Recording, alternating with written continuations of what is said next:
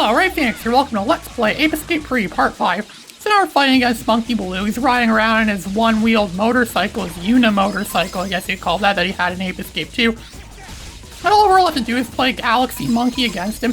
We just run around and rapidly shoot. Just shoot away with our itchy trigger fingers, and shoot down all of his minions, his Teleborg minions that come out and destroy them and collect the morph energy so we can keep shooting him some more. Eventually he's going to give up, or he's going to challenge us to an even bigger duel.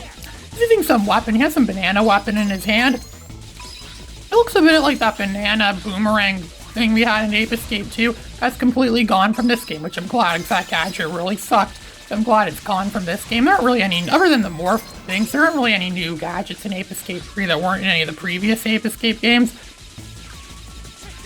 So he doesn't really do much at us at this point. He's kind of just toying with us. He even admits later that he's toying with us, or he's just playing around or something every year. He doesn't really take it seriously at this point. This thinks we're just some wimpy kid that just doesn't stand really any of a chance against him. Look at that, he's just standing there now letting us shoot the crap out of him. And sometimes he thinks of his health too. Now we have full health again thanks to these Teleborgs. This fight would be a lot harder if there weren't any Teleborgs around. At least if the Teleborgs never dropped anything. That way we would constantly be running out of morph energy, then we have to wait a lot, and then we probably would have to use the super hoop on him, which that could work against. It worked on him in Ape Escape 2.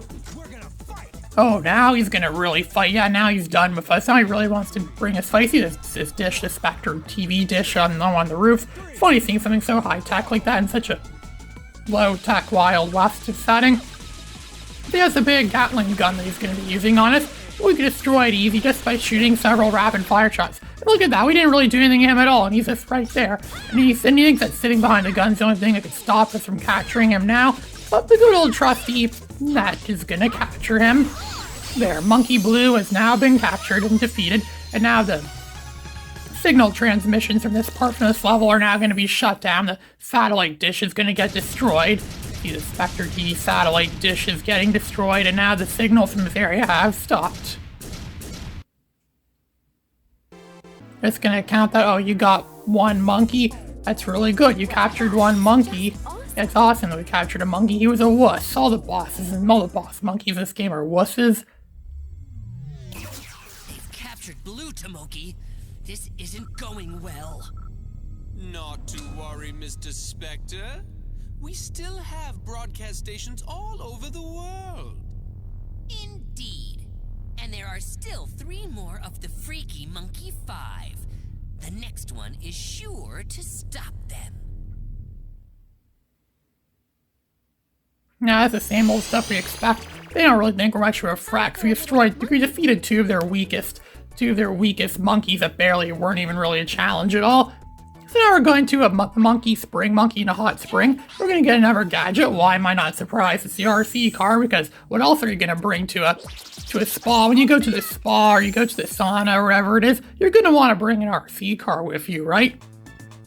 An RC car is the perfect thing to have in a place like this. There's monkeys taking baths, they're cleaning themselves off, and it's in like some traditional Japanese sauna. I'm pretty sure every Ape Escape game thus far has had I've had something like this, and I've had something like this. I remember the first game had it in one of the, it's on the Ice Age levels actually, where you go to the spa level, the spa portion, where it's like the monkeys sit in the steam bath, and there's monkeys that are like, and there's one monkey that's actually easy to capture because he's like getting dressed or something. And then Ape Escape 2 did that same thing too in one of the levels. So I guess Ape Escape 3 is just, continuing the tradition. They're really sticking true to the formula. I think some people bash this game for being Ape Escape-like, or saying it's not as good as the first. Like, the first one did this, and they say it's not as good as it, but this one does have a lot of stuff the first one had that was good. Some people say this game doesn't have multiple pathways to clear levels like the first game did, but that's not true. This game has a lot of different pathways, a lot of different ways you can take it. You're constantly going to be surrounded by forks in the road, where you're going to have to choose one direction or the other, and each one might lead you to more different monkeys, which gives you a reason to want to keep playing the levels over and over again. Not really over and over again, but it's like each level's almost like 2 levels itself, considering how many monkeys there are to capture in each level. in each level in total. You're going to be having to go through each level at least twice to get all the monkeys, so it does really add a lot of replay value there. And each level's almost like 2 levels of what the original Ape Escape was, because these levels are much larger in general than the levels in the original Ape Escape. And so there's still monkeys here that are going to be bathing in these large baths they have poured out here, and there's one monkey there that's there's one monkey there that's probably taking a bath or it's got out of the bath or something like that. Because that's the best place to capture monkeys, is just when they're taking a bath. That's when they least expect us to come and capture them. Or maybe it's a trap. Maybe they think, look at that, that monkey's wearing a suit for tie or wearing a shirt for tie. Why do you wear a shirt for tie when you go to the spa? I don't know. They're monkeys. I don't think they really care about stuff. That's just when monkeys ever care about dressing up properly. Anyways, Spectre didn't care about wearing anything in the first 2 games. Just wore that black thing over his chest. But in Ape Escape 3, he actually does care about wearing something. Which is why I wear the tuxedo in this game with shorts. He looks like that guy from those what was it? Not Wonderworld. You know those Six Flags commercials. That old guy that wears a tuxedo and has like shorts and then does all those dances. He looks more like that. I can't even take him seriously anymore. Spectre is the least serious in this game. He was very threatening and menacing in the first 2 games, but they really let him go in this one. They really had him they really set him back far in this one. So he just casually sits back in his flying chair like that's Dr. Tomoki and all these other evil monkeys he has that don't even do squat actually try to take over the world. No wonder why Spectre has failed to take over the world twice so far, and most likely will fail this time around too, because he never does anything himself. I guess no one ever told Spectre if you want something done right, you have to do it yourself. But if there was an Ape Escape 4, Spectre would have a much bigger involvement in the game, and maybe it would involve something completely unique. Maybe it involves, I don't know, wouldn't it be cool if they made an Ape Escape game where you actually get to play as Spectre, and the apes are actually the good guys, and you actually have to capture humans? Like an inverted Ape Escape, or fight against people trying to capture humans. That actually would make a pretty cool idea for an Ape Escape game. Ape Escape 4 could have had something like that in it, I could imagine, but what do they care? No one really cares much about Ape Escape anymore. It's a long dead franchise. I bet if I made these videos back when Ape Escape was still popular, but again, YouTube was still a new thing that was starting out, these games were coming out, but I bet if these games came out now and I said stuff like that, I bet these videos would become, way more popular because it's a new modern game. I bet if I also did this back in the earlier days of YouTube, I probably would have become a lot more famous. That's why I think Nintendo Capri-san became as famous as he is. It's also because he makes his constant in the bathroom jokes in these videos.